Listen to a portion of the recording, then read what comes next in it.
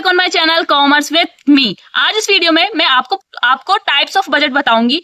तो types of budget देखने से पहले मैं आपको ये बता दूं कि जो वीडियो नंबर फर्स्ट और वीडियो नंबर सेकंड है उसमें मैंने क्या क्या आपको पढ़ाया है। अगर आप डायरेक्ट वीडियो नंबर थर्ड देख रहे हो तो प्लीज वीडियो नंबर फर्स्ट और सेकंड देखना, क्योंकि वो वीडियो अगर आप देखोगे समझोगे तभी आपको अच्छे से समझ में आएगा वीडियो नंबर थर्ड। ठीक है, तो मैं आपको बता देती हूँ वीडियो नंबर फर्स्ट में मैंने क्या बताया। मैंने ये सबसे पहले मैंने बताया कि बजट क्या होता है। बजट क्या होता है? बजट एक प्लानिंग होती है जिसे किस में मेजर किया जाता है, क्वांटिटेटिव नंबर्स में मेजर किया जाता है और ये मनी में एक्सप्रेस किया जाता है। ये सब कुछ मैंने बता दिया था। इसके बाद मैंने बताया कि बजटिंग का मतलब क्या होता है। बजट को बनाना ही बजटिंग कहलाता है, ये मैंने बता दिया था। और क्या बताया था मैंने? असेंशियल एलिमेंट बताए थे कि जो बजटिंग सिस्टम होता है उसमें कौन कौन सी चीजें होना जरूरी होती है। ये 5 चीजें जरूरी होना कंपलसरी होती है। ठीक है, उसके बाद मैंने आपको डिफरेंस बताया कि जो बजटिंग और बजटिंग कंट्रोल क्या होता है। ठीक है, जो मैंने आपको शॉर्ट में लिख दिया है। अगर आपको डिटेल में देखना है तो वीडियो नंबर फर्स्ट में आपको ये सब कुछ आपको मिलेगा। अब देखते हैं वीडियो नंबर सेकंड में।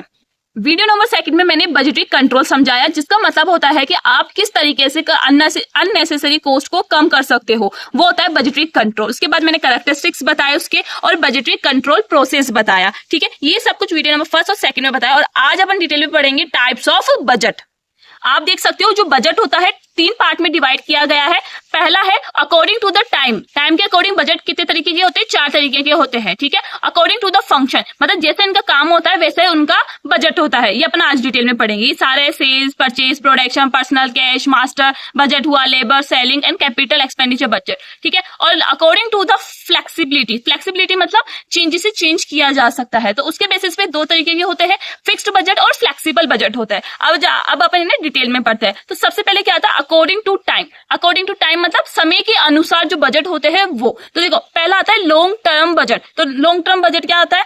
देखो लॉन्ग टर्म बजट होता है, लॉन्ग टर्म बजट को इस तरीके से बनाया जाता है फॉर अ लॉन्ग पीरियड। एक लंबे समय के लिए जो बजट बनाया जाता है वही क्या होता है? लॉन्ग टर्म बजट होता है। जैसे आप ऐसे मान सकते हो, अगर आप बजट बना रहे हो 5 साल से लेकर 10 साल तक, ठीक है, 5 ईयर से लेकर 10 ईयर्स तक का जो बजट बनता है उसे बोलते हैं अपन लॉन्ग टर्म बजट बोलते हैं। अब शॉर्ट टर्म बजट क्या होता है? शॉर्ट टर्म बजट 5 ईयर से लेस देन होता है, मतलब 5 साल से कम का जो बजट बनता है उसे क्या बोलते हैं? शॉर्ट टर्म बजट बोलते हैं। ठीक है, समझ में आ गया। थर्ड क्या है? करंट बजट, मतलब करंट एक मंथ के लिए बनाते हो या एक क्वार्टरली बनाते हो या विद इन ईयर, 1 साल के लिए बनाते हो। मतलब जो करंटली जो बजट होता है फाइनेंशियल ईयर में वो क्या होता है? आपका करंट बजट होता है। देखो, design for a very short period, a month और अ क्वार्टर, मतलब 4 महीने के लिए या 3 महीने के लिए या 1 महीने के लिए जो बजट बनाया जाता है शॉर्ट टाइम पीरियड के लिए, वही होता है आपका करंट बजट होता है। समझ में आ गया। रोलिंग बजट क्या होता है? रोलिंग बजट प्रिपेयर किया जाता है after the end of each month. हर महीने के लास्ट में बजट बनाया जाता है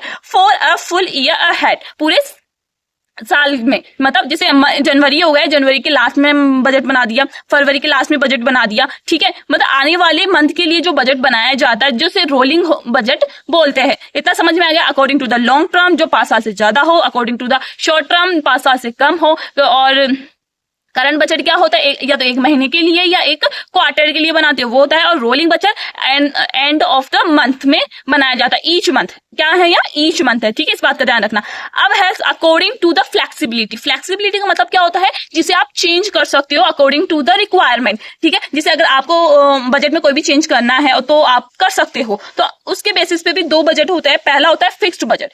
फिक्स्ड बजट में क्या होता है? जो भी लेवल होते हैं एक्टिविटीज के वो क्या होते हैं? फिक्स्ड होते हैं। मतलब इसका मतलब ये है, एक एग्जांपल से देखिए कि जैसे आप 1000 की यूनिट प्रोड्यूस कर रहे हो तो इसके अंदर जितना भी मटेरियल लगेगा, लेबर लगेगा, ओवरहेड लगेगा, ठीक है, वो आप इसमें नोट डाउन कर दोगे। ठीक है, अगर अब बाद में ऐसी कंडीशन अराइज हो जाती है कि नहीं, आपको 800 की क्या निकालनी है, यूनिट के अकॉर्डिंग बजट बनाना है, तो आपने निकाल लिया।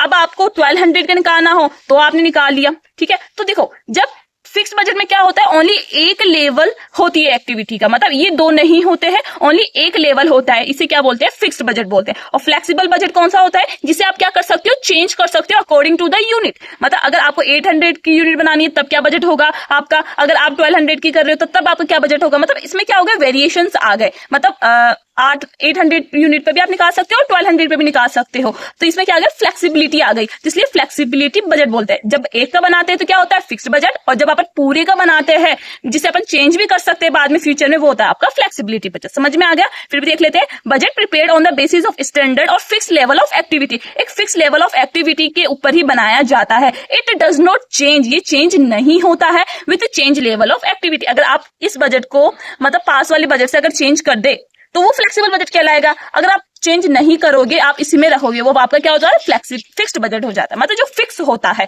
आई होप समझ में आ गया होगा। और फ्लेक्सिबल बजट क्या होता है, जिसे क्या किया जा सके, according to the level of activity से चेंज किया जा सके।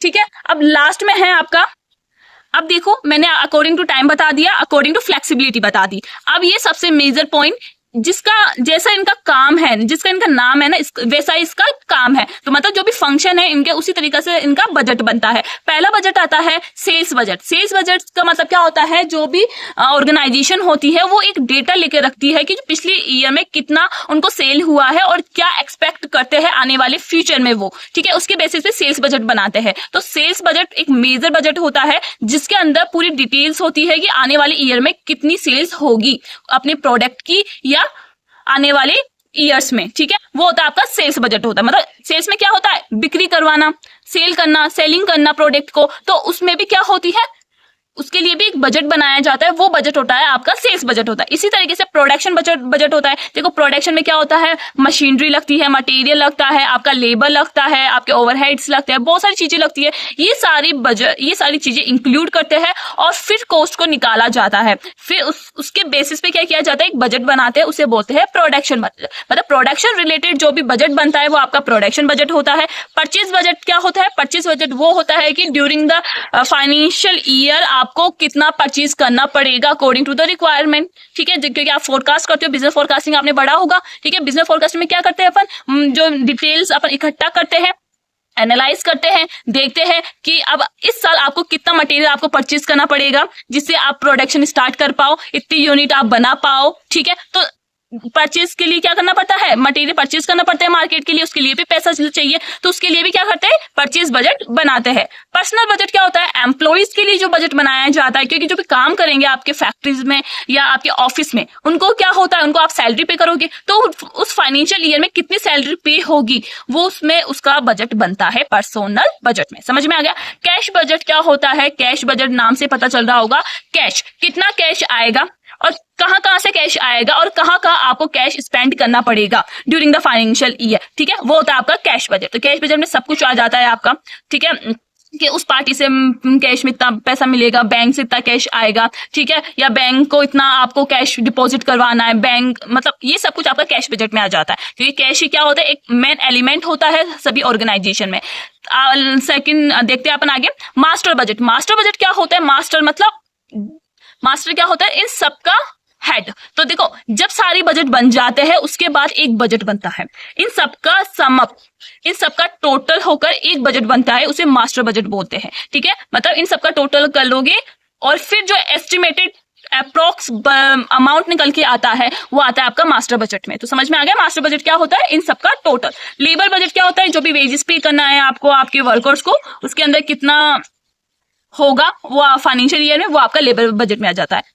अब देखते हैं last second, selling and distribution budget. Selling and distribution budget मतलब देखो प्रोडक्ट को बनाना, प्रोडक्ट को सेल करना ही काफी नहीं होता है। उसमें क्या होता है, उस प्रोसेस में एक डिस्ट्रीब्यूशन भी किया जाता है। मतलब आपके वेयर हाउसिंग से लेकर आपके शॉपकीपर तक जो कॉस्ट आती है उसके लिए भी क्या करते हैं, एक बजट बनाते हैं जिसे सेलिंग एंड डिस्ट्रीब्यूशन बजट कहते हैं। ठीक है, capital expenditure budget. Capital expenditure budget क्या होता है, ये इन्वेस्टर्स के लिए होता है कि उन्हें कहाँ पैसा इन्वेस्ट करना है।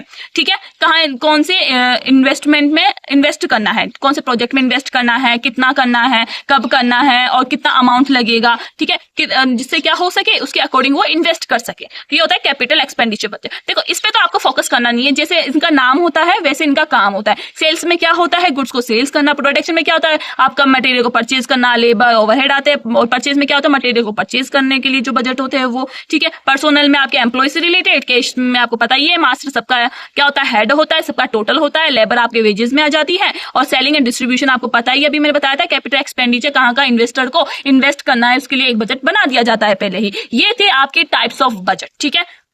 सबसे ज्यादा फोकस आपको इस वाले पे और इस वाले पे करना है, जिससे मैंने आपको ये डिटेल में शो कर दिया है। आई होप आपको वीडियो अच्छी लगी होगी। वीडियो अच्छी लगी तो वीडियो को लाइक शेयर सब्सक्राइब जरूर करना, और आगे वाली नेक्स्ट वीडियो में देखते हैं बजटरी कंट्रोल की टेक्निक्स, कि जो बजटरी कंट्रोल होती है उसको कैसे कंट्रोल किया जाता है, कौन कौन सी टेक्निक्स होती है, जैसे जीरो बेस्ड बजटिंग होती है, ऐसे बहुत सारी टेक्निक्स होती है, वो अपन नेक्स्ट वीडियो में कवर करेंगे। Thank you.